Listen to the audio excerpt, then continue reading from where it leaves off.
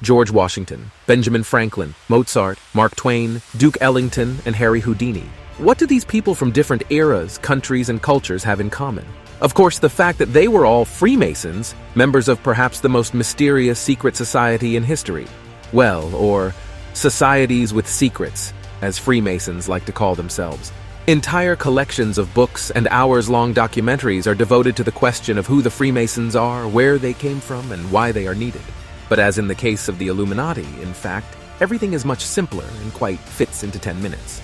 Of course, we are not talking about all the mysteries and conspiracy theories, but briefly the essence of the Freemasons we will try to bring to your attention in the next few minutes. Is it true that they rule the world? Why almost every influential person is a Freemason? And how come there are 6 million of them on the planet right now? All the answers in the next couple of minutes.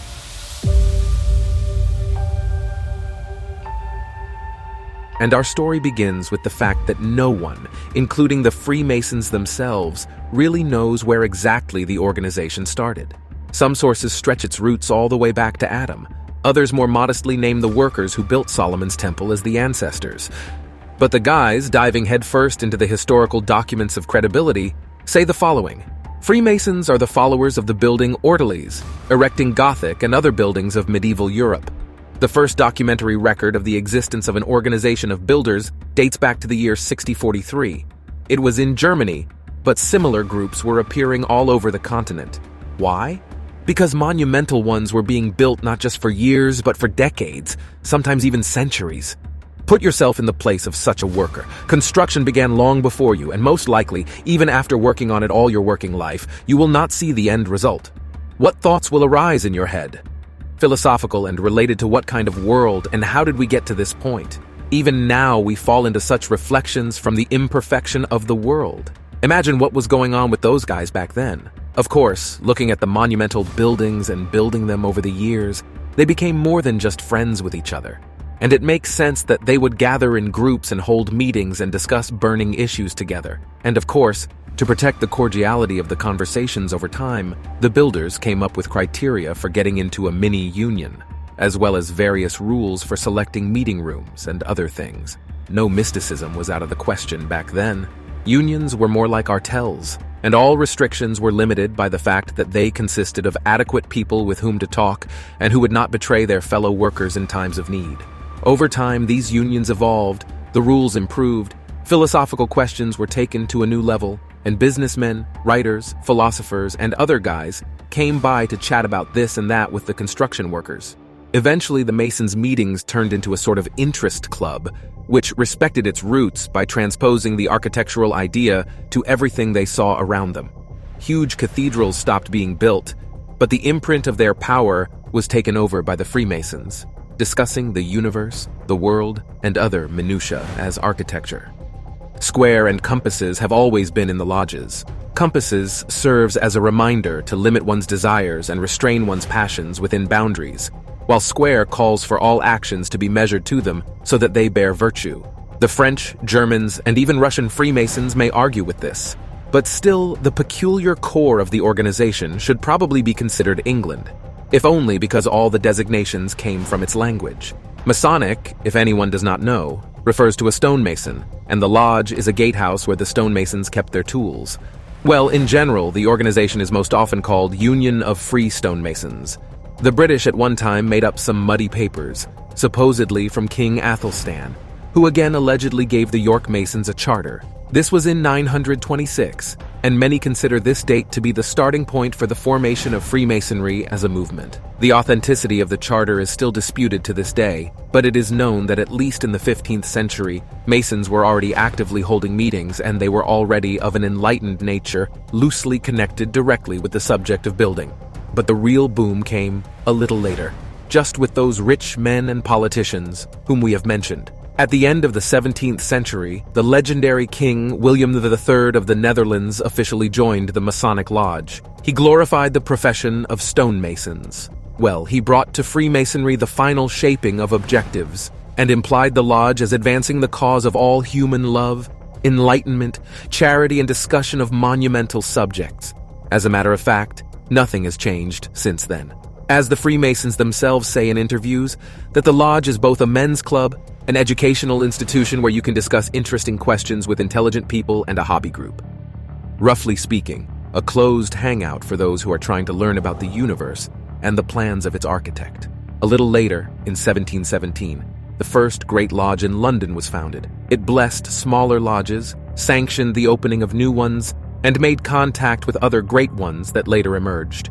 Now, a simple desire was not enough to enter and participate in conversations. Freemasons developed a whole mechanism of initiation and internal hierarchy. The following was required of the one wishing to become a Freemason. First, to be a man, for at that time only they were considered free. Second, to believe in God, and contrary to prejudice, no matter what kind. It is enough for Freemasons to know that you believe in a higher person, a kind of architect, and his specific name is your own story. That is why Freemasonry was actively spreading in Arab and other countries.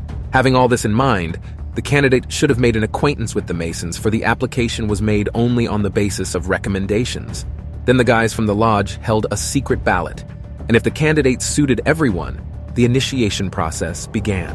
First, the person was taken to a completely dark room with a maximum depressing environment, suggestive of reflection on the frailty of existence. There he wrote a paper with his thoughts, vows, and commitment to God.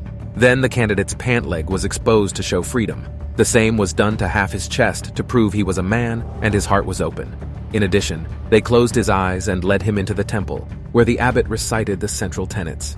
In the end, the candidate would swear on the Bible, the Quran, or a holy book that suited him and stop as an inferior member of the Masonic chain. Their arrangement varies from country to country and from time to time, but in general there were originally 2 grades, apprentice and apprentice. Later on, the Master Mason was added to them, along with the grades, which almost every lodge makes up for itself. The Masonic hierarchy is chaotic, and in fact, each of the lodges can come up with the position it needs, specifically for it, and at the same time, a set of gestures, greetings, and all sorts of code differences by which the Masons see each other. There is no unified scheme here and never has been. Yes, Freemasons have their own ciphers, but they change them like gloves, for secrets are periodically leaked. We will not dwell on this in detail. Let's talk about why the idea of Freemasonry took off, and how it happened that 13 of those who signed the first U.S. Constitution were Freemasons. And there really aren't any secrets here. First of all, the 17, the 19, the centuries were a real boom of secret societies. They existed literally everywhere, and any enlightened person wanted to mingle with the same. Masonic lodges were the perfect place for this, and all conspiracy theories about running the world are smashed by one point, which the TV channels we know don't like to mention.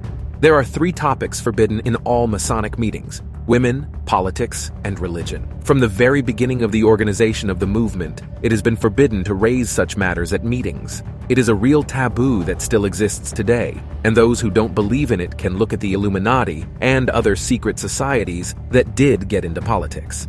Spoiler alert, none of them have survived into modern times. The Freemasons, on the other hand, have survived, precisely because the 3 most hotly debated topics are completely off limits for discussion. You can talk about culture, philosophy, self-development, and high matter, but to discuss wars, borders, and Masonic lodges is a straight way out. And the fact that a huge number of great men were Freemasons is a trivial mistake, and cause and effect are mixed up. Washington, Mark Twain, and other guys played an important role in human history, not because they were Freemasons, but because they were outstanding personalities. And prominent personalities in the past have reached out to equally prominent ones and wanted to discuss serious, lofty topics. That's why guys joined Freemasonry. Conspiracy theories are the same as saying that getting a Nobel Prize increases your IQ. Although in reality, people deserve the prize precisely because they already have a high intellect. We hope you understood the analogy, though of course the acquaintances, which Freemasons made in lodges, often played into their hands. But this is again a substitution of cause and effect in places. We don't blame scientists who get acquainted with each other at scientific conferences. Masons and their lodges are extremely heterogeneous and sometimes radically different organizations. Some accept women and some do not. Some have the approval of the great lodges and some not so much. Because of the antiquity of the organization and its prevalence around the world, a huge amount of detail about Freemasonry varies from era to era and from country to country. And the first thing to remember is that there is not and never has been a single manual, instruction, or any rules of Freemasonry. Virtually every lodge is self-governing and can invent its own rituals, degrees, and objectives, and at the same time adhere to their particular version of the history of origin and objectives of Freemasonry. The positioning of the Freemasons as a single organization with a rigid hierarchy and unified management is completely erroneous. After all, there has never been a year in history when mankind has done without wars, often for silly reasons. And do you seriously believe that the 6 million living Freemasons have no differences of opinion?